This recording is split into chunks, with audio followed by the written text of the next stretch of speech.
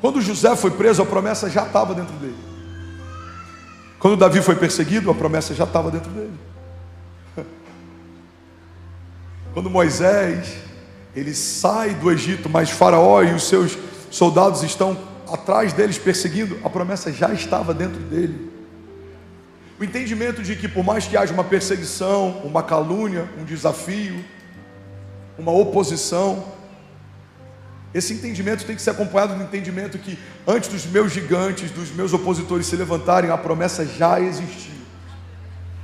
A sua promessa antecede a sua existência. Antes de você nascer, já havia uma promessa estabelecida sobre você, porque a sua promessa não foi feita a partir da sua criação.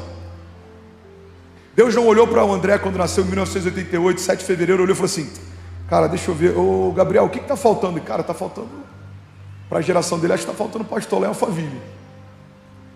Pois é, então dá um ministério pastoral para o menino. Qual o dom que vai dar? Não sei, bota um pouquinho de comunicação, bota um pouquinho de visão, dá uma pitada de fé ousada.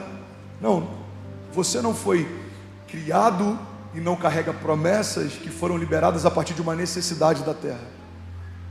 Você foi gerada a partir de uma promessa dos céus. Então guarda isso. A sua promessa e o seu chamado antecede a sua existência. Deus não fez você do jeito que fez por uma necessidade. Deus fez você do jeito que fez porque esse é o seu design, essa é a sua forma, esse é o seu propósito. Deus quis fazer você assim, você é único. Ele estabeleceu você através da sua palavra. Você carrega algo que tem a impressão digital do próprio Deus. Alguém está comigo? Diga amém. Então quando prendem José, a promessa já estava em José. Quando perseguem Davi, a promessa já estava em Davi. Quando tentam parar Moisés, a promessa já estava em Moisés. Quando matam Jesus, a promessa já estava em Jesus. A Bíblia diz que pela alegria que lhe fora proposta, ou seja, nos olhos de Jesus havia uma expectativa de uma promessa que foi feita. Pela alegria que fora proposta, suportou a vergonha e a dor. Ele estava vendo o que teria depois da cruz. Ele via o que aconteceria depois da morte. Então o entendimento de que a promessa está em você tem que fazer com que você entenda que por mais que coisas novas se levantem, a promessa já existe. Não vão parar alguém que está firmado debaixo de uma palavra. Não tem como matar alguém que está caminhando debaixo de uma promessa. Não tem como deter alguém que está debaixo de um desígnio de Deus. Alguém comigo diga amém. Hebreus 10:36 diz: vocês precisam perseverar, de modo que quando tiverem feito, outra condicional, quando tiverem feito a vontade de Deus, recebam o que Ele prometeu. Alguém pode dizer glória a Deus por isso? Vamos ler isso agora falando em primeira pessoa. Vamos lá, coloca por favor essa passagem, lindão, de novo. Então a gente vai declarar: eu preciso perseverar, de modo que quando eu tiver feito a vontade de Deus, receberei o que Ele prometeu. Você está preparado? Vamos junto, vamos lá. 1, 2, 3. Eu preciso perseverar, de modo que quando eu fizer a vontade de Deus, receberei o que Ele prometeu. Vamos declarar isso, levante suas mãos, declare isso com autoridade. Diga: eu preciso perseverar, de modo que quando eu tiver feito a vontade de Deus, receberei o que Ele prometeu. Alguém pode dizer glória a Deus por isso? Não, se for para Jesus, você pode fazer melhor. Vamos, igreja, será que alguém pode fazer barulho? Aleluia, aleluia, aleluia. Quarto princípio a respeito da promessa, e a banda pode vir para parecer que está acabando. Estou brincando. Pessoal que está em pé, vocês ficaram felizes ou vocês querem ir embora? Vocês estão queimando, hein?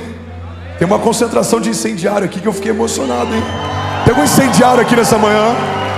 No meio aqui, tem algum incendiário aqui? Tem alguém apaixonado por Jesus aqui? Aleluia! Levantaram um bebezinho lá no fundo. Cadê o bebezinho incendiário? Levanta aí.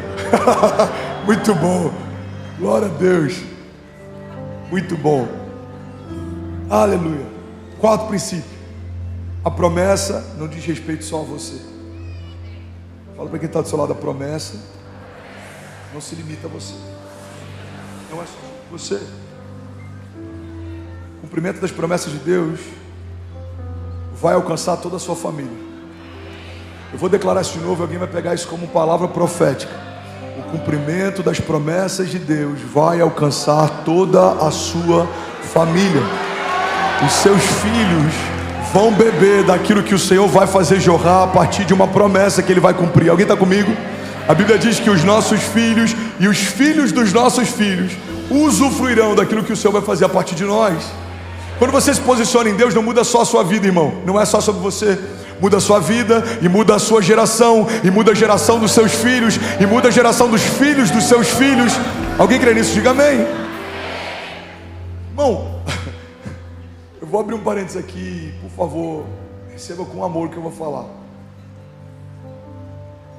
O cumprimento das promessas... Não vou falar, vou para a próxima. Mateus 5. Não vou falar. Vocês têm certeza que vocês querem ouvir? O cumprimento da promessa de Deus é tão poderosa que quando Pedro vive a promessa, até a sogra de Pedro é curada. Vou chegar lá. E eu creio que esse pode ser um dos motivos pelos quais Pedro nega Jesus. E é só uma brincadeira, ok?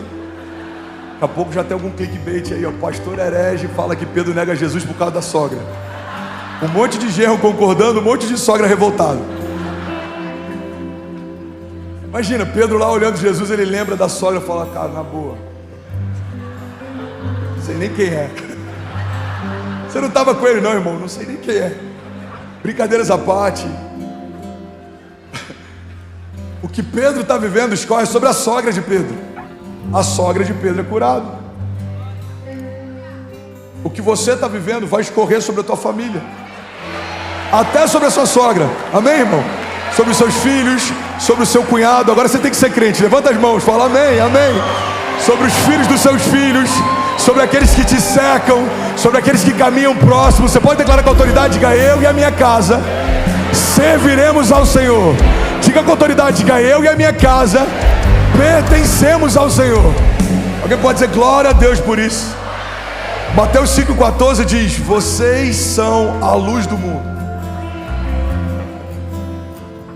Irmão, pega isso aqui. Pensamento de João Batista, o último profeta antes da nova aliança. Aquele que quebra o silêncio de Deus. Que eu diminua para que Ele cresça. Mas existe uma nova dinâmica a partir de Jesus. Que vocês cresçam para que todos vejam as boas obras do meu Pai e Ele seja glorificado a partir delas, através delas. Muitas vezes a gente acha que esse pensamento ele está ligado a mais santidade, mas a ausência da glória do cumprimento das promessas de Deus pode gerar em quem te cerca um questionamento se de fato Deus faz o que Ele prometeu que faria. Então, que Ele cresça e que eu diminua, João Batista está dizendo porque Ele aponta o caminho. Mas quando o caminho volta aos céus, Ele diz: olha, vocês farão obras maiores do que eu fiz. Por quê? Porque a glória dos muitos frutos de vocês apontará para o meu Pai que está nos céus. Você está comigo? Diga amém. Dentro desse entendimento, Ele diz: vocês não só são a luz, como a luz não pode se esconder. Ela não pode estar escondida. O mundo precisa ver a luz que você carrega. O mundo precisa ver os frutos que você carrega. O mundo precisa ver a glória de Deus sobre você. O mundo precisa ver o cumprimento das promessas que o Senhor te fez. Mateus 5,14 diz: vocês são a luz do mundo.